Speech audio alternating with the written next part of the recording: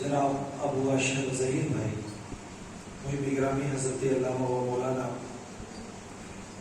مفتی ابو زہرا مصباحی اور عزیزم مولانا محمد دستگیر پوری، عزیزم مولانا محمد فیاض پوری اور ڈاکٹر سلیم صاحب، دیگر تمام حاضرین مجلس، السلام علیکم ورحمۃ اللہ وبرکاتہ۔ وعلیکم السلام ورحمۃ اللہ وبرکاتہ۔ الحمدللہ رب العالمین والصلاة والسلام علی سید المرسلین وعلی آلہ واصحابہ اجمعین، اما بعد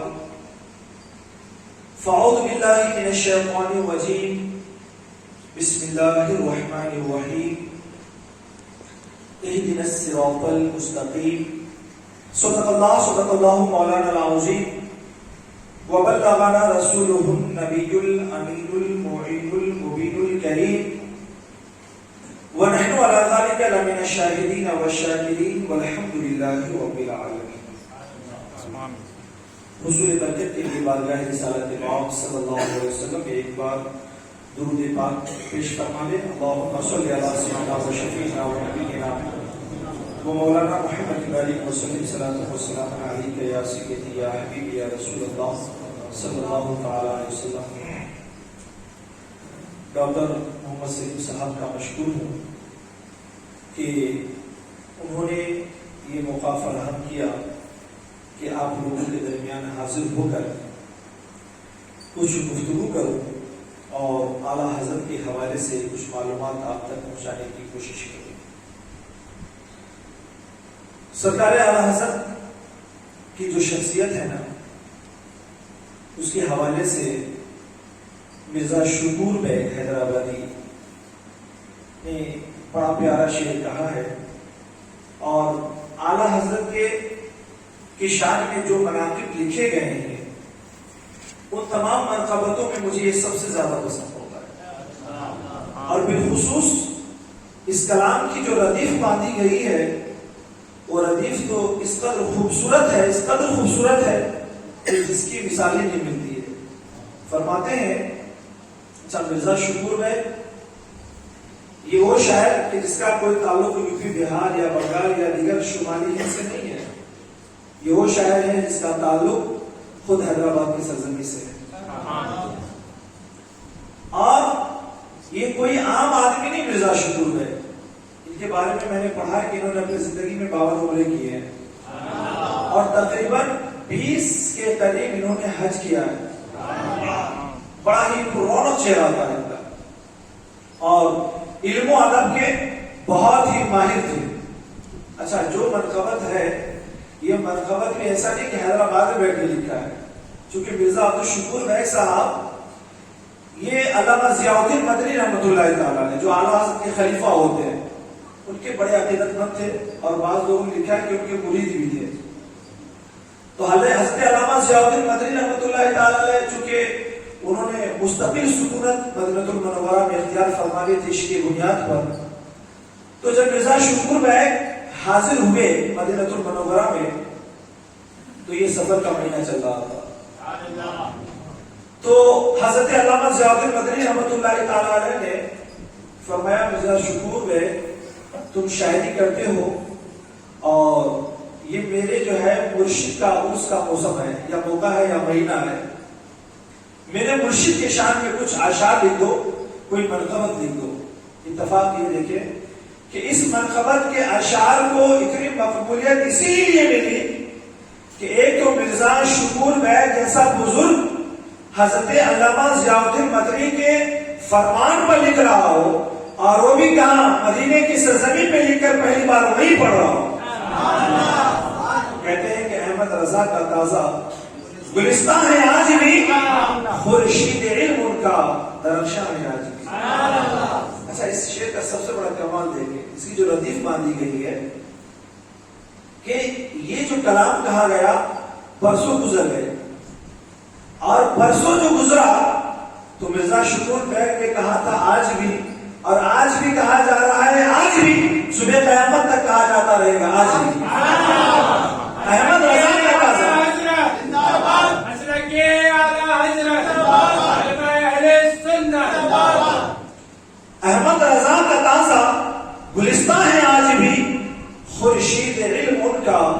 درخشاں ہے آج بھی سب ان سے جلنے والوں کے گل ہو گئے چراغ، احمد رضا کی شمع فروزاں ہے آج بھی، اور خدمت قرآن پاک کی اہلا جواب کی راضی رضا سے صاحب قرآن ہے آج بھی، اور مرزا سر نیاز جھکاتا ہے اس لیے علم و عمل پہ آپ کا احسان ہے آج بھی۔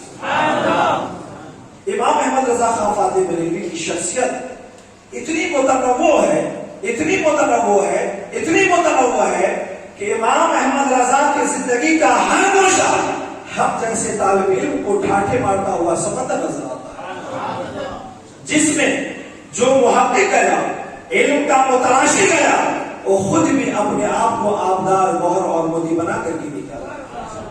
امام احمد رضا خان فاتح بریلوی کی شخصیت پر بولنے کے لیے جب انتخاب کیا جائے تو سب سے بڑی حیرانی جو سب سے پہلے دامنگیر ہوتی ہے وہ یہ کہ امام احمد رضا کی زندگی کے کس گوشے پر گفتگو کی جائے، ان کے علم و فضل و کمال کے کس حصے پر گفتگو کی جائے۔ صحیح بات تو یہ ہے کہ انسان یہ فیصلہ کرنے میں ہی عاجز ہو جاتا ہے کہ امام احمد رضا کے کس گوشے پہ گفتگو کرے، کیونکہ ان کی زندگی کا ہر گوشہ اپنی جگہ آفتاب و مہتاب نظر آتا ہے۔ تو مجھے بھی ان کی شخصیت کے حوالے سے کچھ گفتگو کرنی ہے، اور ان کا علم اپنی جگہ، تقویٰ اپنی جگہ، فضائل و کمالات اپنی جگہ، تصنیف و تالیفات اپنی جگہ۔ بلکہ اگر ایک جملے میں امام احمد رضا کو سمجھنا ہو تو یوں کہہ سکتے ہیں کہ علم، عمل اور عشق جہاں پر جمع ہو جائے اسی ذات کا نام احمد رضا ہے۔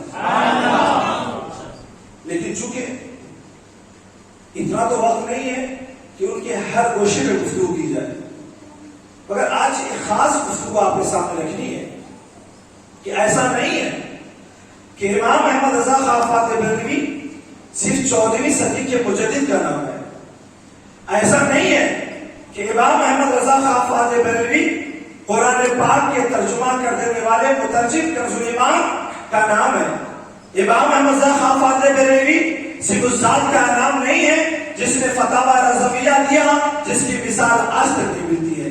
امام احمد رضا فاتح بریلوی صرف اس ذات کا نام نہیں جو اس میں حدیث میں مہارت رکھتے ہو، فقہ میں مہارت رکھتے ہو، کلام میں مہارت رکھتے ہو، منطق میں مہارت رکھتے ہو، نحو صرف میں مہارت رکھتے ہو، فلسفہ میں مہارت رکھتے ہو، کلاموں میں اور عقائد میں مہارت رکھتے ہو، بلکہ امام احمد رضا خان فاتح بریلوی کی شخصیت اتنی عظیم ہے، اتنی عظیم ہے، اتنی عظیم ہے کہ اہل علم کا اس بات پر اتفاق ہے کہ امام احمد رضا خان فاتح بریلوی کو پردہ فرمائے ہوئے 103 سال کا عرصہ گزر گیا، مگر اب تک اتنا بڑا عالم آپ کی مثال کا ہوا ہی نہیں۔ بلکہ محققین صرف آپ کے وصال کے بعد نہیں بلکہ اس بات پر بھی اتفاق کرتے ہیں کہ اگر امام احمد رضا خان فاتح بریلوی سے 400 سال پہلے بھی جانتا جائے تو امام احمد رضا کے مد مقابل کا کوئی عالم پیدا ہی نہیں ہوا۔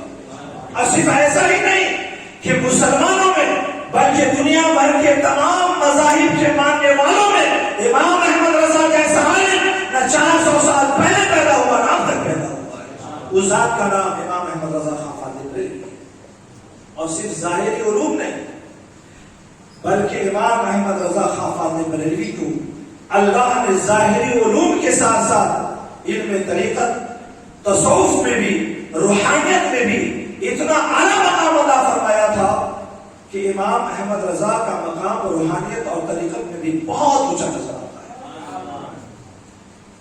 ایسا نہیں کہ وہ ظاہری علوم کے عالم تھے، یہ تو الگ سی بات ہے کہ امام احمد رضا کے ظاہری علم کے کارناموں میں ان کا باطنی مرتبہ درج رہ گیا، ورنہ حقیقت یہ ہے کہ اگر ان کے باطنی مقام سے پردہ اٹھا دیا جائے تو اچھے اچھے ان کے سامنے مونے ہوتے ہوئے نظر آتے ہیں۔ اور کتنا اونچا مقام تھا روحانیت میں، ولایت میں امام احمد رضا کا، چونکہ یہ دکن کی سرزمین ہے اور دکن کے خطے سے بھی یہ اس خطے سے تعلق رکھتا ہے جہاں پہ لوگ سب کچھ طریقت کو ہی سمجھتے ہیں۔ یہ اور بات ہے کہ شریعت کے بغیر طریقت کی بھی کوئی حیثیت نہیں ہے، لیکن اگر یہ ذہن ہے کہ طریقت ہی سب کچھ ہے، خانقاہ ہی سب کچھ ہے، روحانیت ہی سب کچھ ہے، تو امام محمد رضا خان فاطمی بریلوی کا قد اس میدان میں بھی بہت اونچا ہے۔ اور کتنا اونچا ہے ذرا اس کو سمجھیں۔ سب سے پہلے اس بات کو سمجھیں کہ ایک عام انسان کا جو درجہ ہوتا ہے روحانیت میں وہ کیسا درجہ ہوتا ہے۔ دیکھیے دنیاوی علوم اگر آپ حاصل کر لیں تو سب برابر نہیں ہوتے، ایک اسکول میں بھی سب کا عہدہ برابر نہیں ہوتا ہے، ایک یونیورسٹی میں بھی سب کا عہدہ برابر نہیں ہوتا ہے، ایک کمپنی میں کام کرنے والا سب ایک جیسا بھی پڑھ کے گیا تو سب کا عہدہ برابر نہیں ہوتا ہے، سب کے مناصب الگ ہوتے ہیں، سب کے درجے الگ ہوتے ہیں، سب کے عہدے الگ ہوتے ہیں۔ اسی طور پر روحانیت کے میدان میں جب بندہ خدا کا قرب حاصل کر لیتا ہے اور مقام ولایت کو پا لیتا ہے تو سبوں کے درجے الگ الگ ہو جاتے ہیں، سب کے کام الگ الگ ہو جاتے ہیں، سب کے مناصب الگ الگ ہو جاتے ہیں، سبوں کی ذمہ داریاں الگ الگ دے دی جاتی ہے۔ اور کتنا فرق ہے۔ علامہ مفتی احمد یار خان نعیمی رحمۃ اللہ تعالی علیہ نے شان حبیب الرحمان من آیات القرآن میں ایک عام انسان سے لے کر نبی کریم علیہ الصلوۃ والسلام کے درجے تک 27 درجوں کا فرق بیان کیا ہے۔ فرمایا ایک عام انسان سے اعلیٰ درجہ مومن کا ہے، کافر، مشرک، یہودی، عیسائی، نصرانی سب کے مقابل میں اگر کسی کا درجہ اعلیٰ ہے تو بندے مومن کا ہے۔ فرماتے ہیں بندے مومن میں بھی اس کا درجہ اونچا ہے جو ان میں صالح ہے، جو نیک ہے۔ فرماتے ہیں کہ صالح سے بھی درجہ جس کا اعلیٰ ہے وہ درجہ شہید کا ہے، شہید سے بھی جس کا درجہ اعلیٰ ہے وہ درجہ متقی کا ہے، متقی میں بھی جس کا درجہ اعلیٰ ہے، متقی سے بھی جس کا درجہ اعلیٰ ہے وہ درجہ مجتہد کا ہے۔ کہتے ہیں پھر مجتہد سے بھی جس کا اعلیٰ درجہ ہے وہ درجہ اوتاد کا ہے، اوتاد سے بھی جس کا اعلیٰ درجہ ہے وہ درجہ ابدال کا ہے، ابدال سے بھی جس کا اونچا درجہ ہے وہ قطب کا ہے، قطب سے بھی جس کا اعلیٰ درجہ ہے وہ قطب الاقطاب کا ہے، قطب الاقطاب سے بھی جس کا اعلیٰ درجہ ہے وہ غوث کا ہے، غوث سے بھی جس کا درجہ اعلیٰ ہے وہ غوث الاغواث کا ہے، غوث الاغواث سے بھی جس کا اعلیٰ درجہ ہے وہ تابعی کا ہے، تابعی سے بھی جس کا درجہ اعلیٰ ہے وہ صحابی کا ہے، صحابی میں بھی جس کا درجہ عام صحابیوں سے اعلیٰ ہے وہ درجہ انصاریوں کا ہے، انصاریوں میں سے بھی جس کا درجہ اعلیٰ ہے وہ مہاجرین کا ہے، مہاجرین سے بھی جس کا درجہ اعلیٰ ہے وہ صدیقین کا ہے، صدیقین کے بعد جس کا درجہ ہے وہ درجہ نبی کا ہے، نبی سے بھی جس کا اعلیٰ درجہ ہے وہ رسول کا ہے، رسول سے بھی جس کا اعلیٰ درجہ ہے وہ اولو العزم رسول کا ہے، اولو العزم رسول سے بھی جس کا اعلیٰ درجہ ہے وہ خلیل کا ہے، خلیل سے بھی جس کا اعلیٰ درجہ ہے وہ جو ہے خاتم النبیین کا ہے، خاتم النبیین سے بھی جس کا اعلیٰ درجہ صفت کے اعتبار سے ہے وہ رحمت للعالمین کا ہے، رحمت للعالمین سے بھی جس کا اعلیٰ درجہ ہے وہ حبیب کا ہے، حبیب سے زیادہ درجہ جس کا ہے وہ محمد مصطفیٰ صلی اللہ علیہ وسلم۔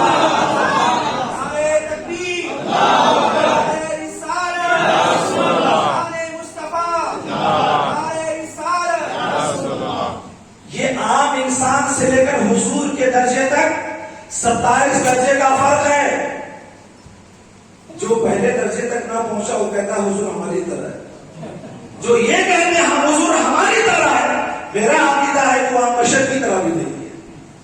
یہ صورتحال ہے۔ آپ ذرا دیکھیں، مومن کے بعد صالح، صالح کے بعد شہید، شہید کے بعد متقی، متقی کے بعد مجتہد، مجتہد کے بعد اوتاد، اوتاد کے بعد ابدال، ابدال کے بعد قطب۔ میرا مطالعہ، میرا علم، میری معلومات کہتی ہے کہ امام احمد رضا خان فاضل بریلوی ولایت کے مقام میں بھی صرف نیچے نہیں بلکہ ولایت کے ساتھ درجے قطب کے عہدے پر فائز ہیں، اور اعلیٰ حضرت قطب کے بھی درجے پر فائز ہیں۔ تو کون سے درجے پر؟ دو چیزوں کو سمجھے۔ قطب کون ہوتا ہے؟ قطب ہوتا ہے جس کے ذمے میں شہر کا نظام دے دیا جاتا ہے۔ دیکھیے عام انسان شہر کو نہیں چلا سکتا، عام انسان کا تو حال یہ کہ اپنا گھر میں چلا ہوتا ہے، عام انسان شہر کے لوگوں کو نہیں سنبھال سکتا، ورنہ لوگوں کا تو حال یہ کہ اپنے بچوں کو نہیں سنبھال پاتے۔ عام انسان لوگوں پر حکمرانی نہیں کر سکتا، ورنہ ان کا حال تو یہ ہے کہ بیوی پہ حکومت نہیں کر پاتا ہے۔ عام انسانوں کا حال یہ ہے کہ وہ اپنے گھر والوں پر، اپنے اہل عیال پر اپنی حکومت نہیں چلا پاتا ہے، تو سارے شہر کو کون سنبھالے گا؟ سچائی یہ ہے کہ جو شہر کو سنبھالتا ہے وہ خدا کا وہی محبوب بندہ ہوتا ہے جس سے اللہ کو تم کے درجے پر فائز کرتا ہے۔ اور کیسے فائز کرتا ہے اور یہ کیسے لوگ ہوتے ہیں، اس کو ذرا ایک واقعے کی روشنی میں سمجھے۔ عبدالعزیز محدث دہلوی کا زمانہ ہے، آپ کا ایک مرید اور خلیفہ خاص حضرت کی خدمت میں حاضر ہوتا ہے، کہتا حضور دہلی کا نظام بڑا ڈھیلا پڑ چکا ہے، جس کی مرضی میں جو آ رہا ہے وہی کر رہا ہے، کوئی پوچھنے والا نہیں ہے، کوئی لگام دینے والا نہیں ہے۔ تو آپ فرماتے ہیں کہ سنو، دہلی کے جو قطب متعین کیے گئے ہیں نا، وہ بڑے نرم طبیعت کے ہیں، بڑے نرم مزاج ہے، اس لحاظ سے شہر میں سختی نظر نہیں آتی ہے۔ فرمایا حضور کہاں ملیں گے؟ یہ اللہ والے دنیا میں نہیں، دنیا میں رہ کر دنیا سے دور نظر آتے ہیں۔ فرمایا کہ چلے جاؤ فلاں جگہ پر خربوزہ بیچ رہے ہیں۔ جب وہ پہنچے تو کہا بابا خربوزہ کھلائیے۔ خربوزہ اٹھایا، منہ میں لیا، اٹھا کے نیچے پھینک دیا۔ کہا بابا خربوزہ بڑا پھیکا ہے۔ دوسرا اٹھا کے دیا، تیسرا اٹھا کے دیا، چوتھا دیا، اور یہ پھینکتے چلے گئے۔ نتیجہ یہ نکلا کہ منڈی پہ رکھا ہوا سارا خربوزہ اٹھا کر نیچے پھینک دیا۔ تو پوچھتے ہیں بیٹے سارا خربوزہ پھینکا تھا؟ کہا بابا سارا خربوزہ پھینکا تھا۔ تو کہا کوئی بات نہیں، چلے جاؤ، کل پھر لے کے آؤں گا تو آ جانا کھا لینا۔ اب بتائیے اس سے بھی زیادہ کوئی نرم ہو سکتا ہے؟ ورنہ ایک کیلا لے کے بولے کہ پہلے پیسہ دے پھر دوسرا ہاتھ لگا دے دوں گا، اور ان کا علم تھا کہ سارا خربوزہ پھینک دیا تو اتنے نرم کے کہتے ہیں کل آنا اور کھا لینا۔ کچھ دنوں کے بعد دہلی کا نظام بڑا ٹائٹ ہو گیا، چلنا پھرنا مشکل ہو گیا۔ وہی مرید اور خلیفہ حضرت علامہ عبدالعزیز محدث دہلوی کی خدمت میں پہنچا، پوچھتا ہے حضور دہلی کا نظام بڑا ٹائٹ ہو گیا ہے، مغرب بعد چلنا پھرنا مشکل ہو گیا ہے۔ کہا سنو، جو دہلی کے قطب آئے ہیں نا بڑے سخت مزاج ہیں، اس لحاظ سے حالات بہت سخت ہو گئے ہیں۔ کہا حضور ملاقات کہاں ہوگی؟ کہا چلے جاؤ گرمی کا موسم ہے، فلاں جگہ پہ پانی بیچ رہے ہیں۔ یہ اللہ والوں کا ہی حال ہوتا ہے، دنیا میں رہ کر کے بھی سمجھ میں نہیں آتا یہ کون ہے۔ اس لیے میں ہمیشہ ایک بات کہتا ہوں، انسانوں کی قدر کرو، نہ جانے کون کس روپ میں بیٹھا ہوا ہے۔ کسی کو حقیر نہ سمجھے، کسی کو جھڑکیاں نہ دے، ورنہ جانے حقیر لباس میں اور حقیر صورت میں بھی کون اللہ والا کہاں بیٹھا ہوا ہے کوئی نہیں جانتا ہے۔ کہا حضور پھر ملاقات کہاں ہوگی؟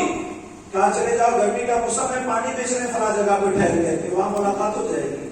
گئے، کہا بابا ایک گلاس پانی دو، ادھر پانی لیا، ادھر ہاتھ میں چٹکی مٹی اٹھائی، گلاس میں ڈالا اور کہا بابا کیسا پانی دیتے ہو؟ بڑا گندا پانی ہے۔ وہ مرد گلا گلاس ہاتھ میں لیتے ہیں، نیچے رکھتے ہیں اور ایک تماچا کھینچ کر مارتے ہیں، کہتے کیا ہے، کیا تم نے خربوزہ والا سمجھ رکھا ہے؟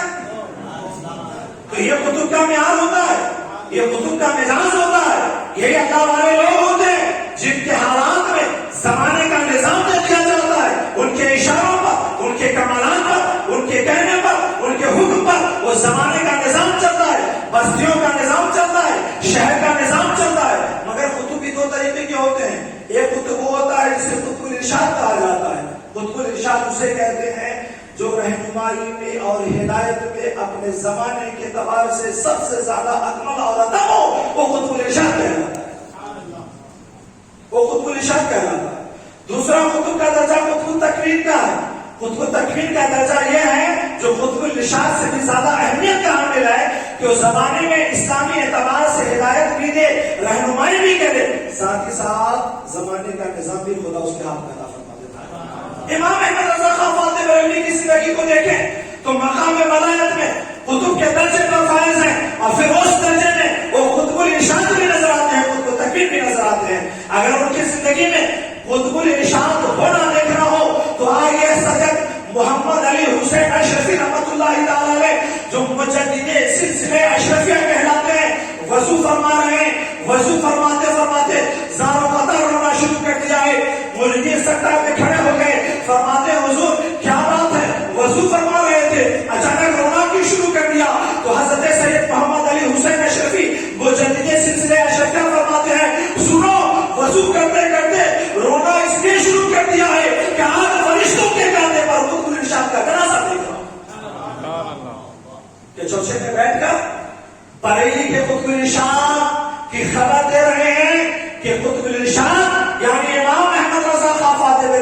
وصال ہو گیا ہے۔ اب مجدد سلسلہ اشرفیہ علامہ سید حسین اشرفی نے جب کہہ دیا کہ قطب الارشاد کا جنازہ دیکھ رہا ہوں، یہی سند امام احمد رضا کے قطب الارشاد ہونے کے لیے کافی ہے۔ اور امام احمد رضا قطب الارشاد کیوں نہ ہو کہ انہوں نے جو امت مسلمہ کی رہنمائی فرمائی اپنے دور میں، عقیدہ توحید پر حملہ ہوا انہوں نے روکا، عقیدہ رسالت پہ حملہ ہوا انہوں نے روکا، غلامی کا پٹا گلے سے نکالا گیا انہوں نے غلامی کا سبق سکھایا، عشق کا جنازہ دلوں سے نکالا گیا، عشق کی ہریالی دلوں میں انہوں نے بھری، ہر موڑ پر بات آئے عقیدہ توحید کی، بات آئے عقیدہ رسالت کی، بات آئے اولیاء اللہ کی عظمت کی، بات آئے عشق و محبت کی، تو ہر میدان میں امام احمد رضا رہنمائی فرماتے ہوئے نظر آتے ہیں۔ اس سے بڑا قطب الارشاد اور کون ہو سکتا ہے؟ اب بات آئے قطب تکوین کی، زمانے کے نظام کی اگر بات آ جائے تو امام احمد رضا خافاد بریلوی کو مقام ولایت میں قطب کے درجے پر قطب التکوین کا بھی درجہ اللہ نے عطا فرمایا۔ امام احمد رضا کی شخصیت کو سمجھے، جانے یہ نہ ہو کہ جو خانقاہ میں بیٹھا ہے وہی سب کچھ ہے۔ امام احمد رضا صرف ظاہری علوم کے عالم کا نام نہیں بلکہ اپنے دور میں جو روحانیت کے اونچے مقام پر بیٹھا نظر آتا ہے اس ذات کا بھی نام امام احمد رضا ہے۔ آپ خود کو تکوین کا درجہ دیکھیں امام احمد رضا خافاد بریلوی کا۔ ایک نوجوان ہے، جب پاکستان اور ہندوستان کا بٹوارا نہیں ہوا تھا، سن 1900 کا معاملہ ہے، پاکستان کی سرزمین سے بریلی کی سرزمین پر آتا ہے، امام احمد رضا خافاد بریلوی کے ہاتھ پر مرید ہوتا ہے، اور پھر مرید ہونے کے بعد اپنی منزل کی طرف رواں دواں ہو جاتا ہے۔ کچھ دنوں کے بعد ترکی حکومت میں اسے فوج کی حیثیت سے اس کی بحالی ہو جاتی ہے، فوجی عہدے پہ چلا جاتا ہے، اور پھر اسے مدینہ عرب کی فوج کی تربیت کے لیے اسے مدینہ المنورہ روانہ کر دیا جاتا ہے، اور وہ نوجوان مدینہ المنورہ میں مسجد قباء کے پاس ٹھہرتا ہے، اہلیہ کے ساتھ ہے۔ کچھ دنوں کے بعد وہ نوجوان جو بریلی میں آ کر امام احمد رضا کا مرید ہوا تھا، اسے گھر میں بچے کی ولادت ہوتی ہے، بڑا خوبصورت بچہ ہے، سب کچھ ساری میں ہے، مگر بڑا عجیب اتفاق ہے کہ مادر زاد اندھا ہے، باپ فوجی عہدے پہ ہے، دولت ہے، مقام ہے، شہرت ہے، اپنی اولاد کی آنکھوں کی بینائی کو لوٹانے کے لیے نہ جانے کون کون سا طریقہ استعمال کرتا ہے، کرتے کرتے کرتے کرتے ایک لمبا عرصہ گزر گیا۔ لمبا عرصہ گزرنے کے بعد تقریباً 6 سال کا بچہ ہو گیا۔ ڈاکٹر نے کہا، طبیبوں نے کہا، حکیموں نے کہا، اپنوں نے کہا، بیگانوں نے کہا، بینائی نہیں لا سکتی، اس لیے کہ مادر زاد اندھا ہے، مادر زاد اندھا جو ہو اس کے آنکھوں میں بینائی نہیں لوٹتی ہے، بچے کو اسی طرح برداشت کر لے، اسی پر صبر کر لے۔ جب بچہ 6 سال کا ہوا، مرید صادق جب مکہ مدینہ سے اپنے گھر کو آتا ہے چھٹی پر، تو پھر بریلی کی سرزمین پہ حاضر ہوتا ہے، امام احمد رضا کی خدمت میں آتا ہے، اپنے پیر و مرشد کی خدمت میں حاضر ہوتا ہے۔ حاضر ہونے کے بعد عرض کرتا ہے، حضور آپ کے دعاؤں سے ایک اولاد اللہ نے عطا فرمائی ہے، مگر بڑا عجیب اتفاق ہے کہ حضور یہ بچہ مادر زاد اندھا ہے۔ حکیموں نے، طبیبوں نے، ڈاکٹروں نے سب نے جواب دے دیا، تو عاشق رسول، عاشق صادق امام احمد رضا جس کی زندگی کا میشن ہی تھا عشق رسول کو عام کرنا، فرماتے ہیں بیٹے یہاں کیوں چلایا، تیرا علاج تو وہیں موجود تھا۔ اب ذرا غور سے سنیں۔ پھر امام احمد رضا اپنے جیب سے ایک دستی نکال کر دیتے ہیں، یہی فرق سمجھنا ہے۔ یہ نہیں کہا بیٹے بازار سے دستی خرید لینا، بیٹے تیرے پاس جو دستی ہے اسے استعمال کر لینا، بلکہ امام احمد رضا نے اپنے جیب سے دستی نکال کر کے دی اور کہا بیٹے جب مدینہ جانا تو اس دستی کو دھو لینا، اسے پانی میں بھگو لینا، اور اس کے بعد جا کر کے اسی بھیگے ہوئے دستی سے جالی رسول کو صاف کر لینا۔ اس سرزمین کا ذرہ ذرہ بھی آفتاب و مہتاب ہے، اس سرزمین کا ذرہ ذرہ بھی حیات بخش ہے، اس کی نسبت ہر چیز کو ممتاز کر دیتی ہے. مدینے کے گرد و غبار کا بھی کیا کہنا، وہ تو جالی کا معاملہ تھا. علامہ مفتی احمد یار خیمینی رحمۃ اللہ تعالی علیہ نے ایک مقام پہ لکھا ہے کہ جب میں جعلی رسول کے قریب حاضر ہوا تو میں نے سوچا کہ جعلی رسول کو صاف کر لوں. کیسے کروں؟ دستی نکال لوں، لباس سے صاف کر لوں، ہاتھ سے صاف کر لوں. تو مجھے خیال آیا کہ میرے لباس سے کہیں زیادہ افضل یہ ذرے ہیں، میرے ہاتھ سے کہیں زیادہ افضل یہ ذرے ہیں. تو مفتی احمد یار خیمینی فرماتے ہیں کہ میں غور کرنے لگا پھر آخر کون سی چیز ہے جس سے صاف کروں. تو فرماتے ہیں میں نے اپنی داڑھی سے جعلی مبارک کو صاف کیا، اس لیے کہ شاید اگر میرے بدن میں کوئی حصہ بہت میرے نزدیک ٹکرانے والا ہے تو داڑھی ہے، اس سے میں نے صاف کر لیا. اور وہ تو امام مفتی احمد یار خیمینی جو مدینے میں حاضر ہوئے، جب ہاتھ ٹوٹ گیا، ہڈیاں ٹوٹ گئی، ڈاکٹر نے کہا حضور آپریشن کرائے، علاج کرا لے. کہا نا، علاج نہیں کراؤں گا، مختار کائنات کی بارگاہ میں آیا ہوں، جا کے وہیں عریضہ پیش کر دوں گا. اللہ اکبر. جو ہڈی ٹوٹی ہوئی تھی جا کر کے آقا کائنات کی بارگاہ میں استغاثہ پیش کرتے، علاج نہیں کراتے، اور پھر اسی ہاتھ سے علم و فضل کو دریا بنائے کہ اہل سنت کے دفاع کے لیے سب سے زیادہ جس شخص سے کام آتی ہے اس سے مزہ کھانے کی. فرمایا بیٹے جانا، جعلی کو صاف کر لینا اور اس پانی کو نچوڑ دینا، اور پھر اسی پانی کو سرمے کی طرح آنکھوں میں پہنانا.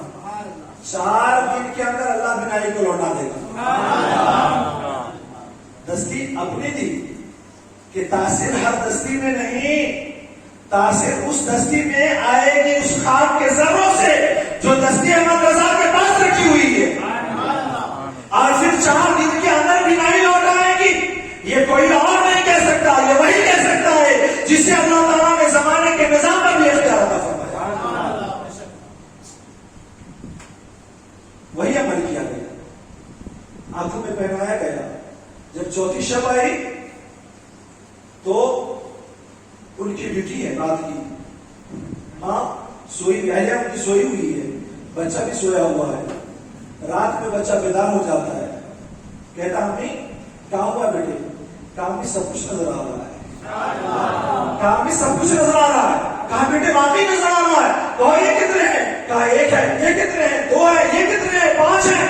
ماں تو افسوس نہیں سماتی ہے، دل اب اتنا بے قرار ہے کہ اب کیسے بھی نکل کر جاؤ اور شوہر کو خوشخبری سنا دو کہ اللہ نے بینائی کو لوٹا دیا. مگر کرے تو کیا کرے، آنکھوں کی بینائی لوٹ گئی. اب یہ دیکھیں قطب التکوین کے درجے پر جو فائز ہوگا اسے اختیار عطا ہوتا ہے. یہی تو امام احمد رضا کا درجہ ہے ولایت کے مقام میں کہ کہہ دیا کہ 4 دن میں بینائی لوٹ آئے گی، اللہ نے بینائی عطا فرمائی. اور پھر اب ذرا آگے بڑھیے. اب یہی بچہ جب 11 سال کی عمر کا پہنچا ہے تو پھر ماں باپ لے کر کے بیٹی کی سرزمین پہ حاضر ہوتے ہیں. کہتے حضور آپ نے جو نسخہ بتایا تھا نسخے پہ عمل کیا، بچے کی آنکھ کی بینائی لوٹ آئی ہے، حضور آپ کی خدمت میں لے آیا. اب ذرا سنیے، بعض لوگوں نے لکھا ہے کہ اس بچے کا نام سید محمد عبدالغفور ہے. اور اگر یہ روایت اگر صحیح نہیں ہے تو شاید وہی روایت صحیح ہے کہ جہاں پہ بیان کیا گیا تو ان کا نام سید محمد نصر ہے. اعلیٰ حضرت کی خدمت میں حاضر ہوئے. ان کی والدہ نے کہا حضور آپ کے بتائے گئے طریقے پر عمل کیا، اللہ نے آنکھ میں بینائی لوٹا دیا ہے. حضور میرے صاحبزادے کے لیے دعا فرما دیں کہ اللہ انہیں 150 سال کی عمر عطا فرمائے. کہا ماں میں کیوں کہوں، آپ نے کہہ دیا ہے، میں دعا کر دیتا ہوں، آمین کہہ دیتا ہوں، اللہ تعالیٰ فرما دے گا. یہی اختیار ہے، خود کو تکوین ہے، ہر کوئی نہیں کہہ سکتا ہے. اعلیٰ حضرت نے جو دعا دی، اللہ کا کرم دیکھیے کہ آج بھی وہ بچہ جسے 150 سال کی دعا دی گئی تھی 132 سال کی عمر میں پاکستان کی سرزمین پر ابھی بھی زندہ ہے. یہی تو میں محمد رضا کو بتانا چاہ رہا ہوں کہ اللہ نے خود کو تکوین کے درجے پہ کیسے عطا فرمایا ہے کہ جس کے لیے جو دعا فرما دی اللہ نے ان کی دعا کو قبول فرمائی ہے. جیسے کہہ دیا ویسا ہو گیا. یہ وہی کہہ سکتا ہے، اسی کا ہو سکتا ہے جسے اللہ کو تکوین کے عہدے پر فرما سکتا ہے. تو امام احمد رضا کا مقام صرف یہ نہیں کہ زمانے کو فتح و رضویہ دیا. یہ مقام نہیں کہ صرف ہدایت کے بخشش دیا, یہ مقام نہیں کہ صرف کنز ایمان دیا, بلکہ روحانیت میں بھی امام احمد رضا کا مقام بہت اعلیٰ, بہت اونچا ہے. اب ذرا دیکھیں کیا مقام ہے. حضرت ملک العلماء علامہ سید محمد ظفر الدین رحمۃ اللہ تعالی علیہ, جو اعلیٰ حضرت کے شاگرد ہیں, بڑے چہیتے شاگرد ہیں. عالم یہ ہے کہ اعلیٰ فرماتے ہیں ظفر کو اپنی ظفر دے, شکستے سے کھاتے ہیں. اعلیٰ حضرت نے جو شاگردوں کی جو ٹیم تیار کی, سب اپنی جگہ آفتاب و مہتاب تھے, اور یہ وہ آفتاب و مہتاب کا حصہ تھے جسے کہتے ہیں اب میرے ظفر کو اپنی ظفر دے, پھر سے شکستے کھاتے ہیں. اور اتنا علم علامہ سید محمد ظفر الدین رحمۃ اللہ تعالی علیہ کا کہ پٹنہ کی سرزمین پہ شب معراج کے حوالے سے سالانہ پروگرام ہوتا تھا. خطیب ملک العلماء علامہ ظفر الدین ہوتے تھے. اسٹیج پر بیٹھے ہوئے سرکار مفتی اعظم ہند ہے, کبھی حجت الاسلام ہے, کبھی محدث اعظم ہند ہے. ایسے علماء کے بیچ میں جو خطیب بیٹھ کر خطاب کرتا ہے وہ ملک العلماء ہے. اور کمان چاہے سبحان اللہ سے اسرا بیات ہی کے بار بار صرف ایک مرتبہ خطاب 2.5 گھنٹے کا فرمایا ہے کہ بعد اس معنوں میں کس معنی سے عظمت رسالت امام کیسے ثابت ہوتا ہے. وہ ملک العلماء جب بریلی شریف کی سرزمین پہ ہیں, 2.5 سالہ بچی بہار پٹنہ کی سرزمین پر موجود ہے آپ کی, اچانک تار آتا ہے کہ بیٹی کو شدید بخار آ گیا ہے, بچنے کی کوئی امید نہیں ہے. علامہ ظفر الدین سامان کو باندھ لیتے ہیں, تیاریاں کر لیتے ہیں اور کہتے ہیں کہ اب عشاء کے بعد یہ پہلی گاڑی سے نکل جاؤں گا. میں عشاء پڑھ کر کے اپنے مرشد اعظم حضرت امام احمد رضا خان فاتح بریلوی کی خدمت میں اجازت لینے کے لیے حاضر ہوتے ہیں. ابھی اپنا مدعا رکھا نہیں ہے, ابھی اپنی بات کہی نہیں ہے, ابھی چھٹی لی نہیں ہے. اعلیٰ فرماتے ہیں بیٹے یہ کتاب میرے پاس آئی ہے, بڑی اچھی کتاب ہے, بڑی نایاب کتاب ہے, بیٹے جاؤ لے کر کے اسے رات میں بیٹھ کر کے نقل کر لو. کسی کو تو شاگرد کہہ رہے. پھر کچھ نہیں کہا کہ حضور کس لیے آیا تھا, کہاں جانا ہے, خاموشی سے کتاب لیا اور لے کر چلے گئے. رات بھر نقل کرتے رہے, رات بھر نقل کرتے رہے. صبح اعلیٰ حضرت خدمت میں لے کر کے پہنچے. بات کچھ نہیں ہوئی ہے کہ بیٹی بیمار ہے, ٹیلی گرام آیا ہے, تار آیا ہے, جانا ہے. خدمت میں پہنچے, کہا حضور نقل کر دیا. اعلیٰ بہت خوش ہوئے, بہت دعائیں دیے, چونکہ سید زادے تھے. اعلیٰ حضرت نے ان کے کہنے پر مرض اسلام قائم کیا ہے, اور یہ کہہ کر کے کہ بیٹے تم سید زادے ہو, تم نے کہہ دیا میں ٹال ہی نہیں سکتا. اور کمال یہ دیکھیں, عید اور بقرعید کے موقع سے جو لباس علامہ حامد رضا خان علی اعلیٰ کے بڑے صاحبزادے اور مصطفیٰ رضا خان چھوٹے صاحبزادے کے لیے جو لباس سلایا جاتا تھا, وہی لباس ملک العلماء علامہ ظفر الدین کے لیے سلایا جاتا تھا. اور بطور عیدی جو ہدیہ حجت الاسلام اور مفتی اعظم کو دیا جاتا تھا, وہی ہدیہ, وہی تحفہ ملک العلماء کو بھی دیا جاتا تھا. یہ تو آپ دیکھیے سید زادوں کا احترام اب کسی نے سکھایا کہ امام احمد رضا نے سکھایا. ایک خادم کو خدمت میں رکھا گیا تھا, نوجوان تھا, بچہ تھا, خدمت کیا کریں گے. وہ خدمت کیا کرتا تھا, ایک معاوضہ متعین کیا گیا. بعد میں معلوم پڑا کہ یہ بچہ سید زادہ ہے. اعلیٰ نے گھر والوں کو بلایا, کہا آج کے بعد یہ بچہ گھر میں رہ کر کام نہیں کرے گا, کیونکہ میرے نبی کی اولاد سے ہے. اور جو بات مقرر ہوئی تھی نا مہانہ دینے کی, آج کے بعد وہ مہانہ دیا تو فتح دیا جائے گا. اعلیٰ حضرت صرف علم والے نہیں تھے, اللہ نے دولت کو عطا فرمائی تھی. عالم یہ ہے کہ جب آپ کا وصال ہوا اور آپ کے زمین کی وراثت تقسیم کی گئی, تو آپ کے چھوٹے صاحبزادے مصطفیٰ رضا خان کے حصے میں صرف زمین 1400 ایکڑ زمین آئی ہے. یہ کوئی صرف علم و عمل کا پارٹ ہے, دنیا کا ہر مسئلہ اللہ نے عطا فرمایا تھا. آپ دیکھیں جب کتاب کو لے لیا اعلیٰ نے, فرمایا ظفر الدین گھبراؤ نہیں, بیٹی صحت یاب ہو گئی ہے. ملک العلماء ہے نا, میں نے تو کچھ کہا نہیں, میں نے کچھ بتایا نہیں. معاملہ کیا ہے, معاملہ یہی ہے کہ ملک العلماء آئے کس لیے تھے, دلوں کی بات کو پڑھ لیا ہے, اور اس کا حل کیا ہے, تم وفاداری نبھاؤ, معاملے کا الحم نکالتے ہوئے نظر آئیں گے. یہی امام احمد رضا کے کتب کا درجہ ہے, یہی ولایت کا اعلیٰ درجہ ہے جس پر اللہ رب العزت نے آپ کو فائز فرمایا تھا. اللہ رب العزت دیکھیے مقام اعلیٰ حضرت کا جو منصب ہے نا, حضرت امام المحدثین محمد علی دیدار علی رحمۃ اللہ تعالی علیہ غالباً ان کا نام ہے. تو یہ شاید کشمیر وغیرہ کے علاقے کے رہنے والے تھے اور یہ جو ہے نا اکثر مراد آباد جایا کرتے تھے اور حضرت علامہ نعیم الدین مراد آبادی کی خدمت میں حاضر ہوا کرتے تھے. تو جب گفتگو ہوتی تھی تو حضور علامہ نعیم الدین مراد آبادی کہتے تھے کہ چلے نا امام حمزہ صاحب سے ملاقات کر لیتے ہیں.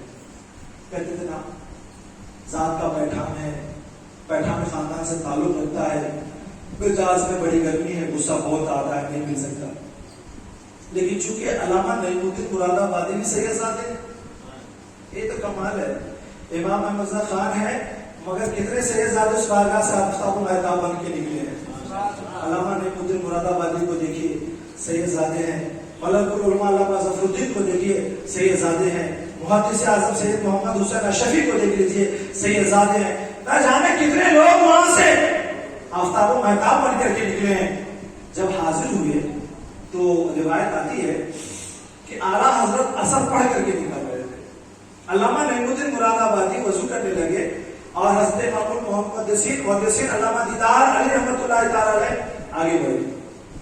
علیہ السلام ہوا تو حضرت علامہ دیدار علی پوچھتے ہیں اور کیسے ہیں, اعلیٰ حضرت سے پوچھتے ہیں اور کیسے ہیں. کہا کیا بتاؤں, ذات کا بیٹھان ہوں, بیٹھان قبیلے سے تعلق رکھتا ہوں,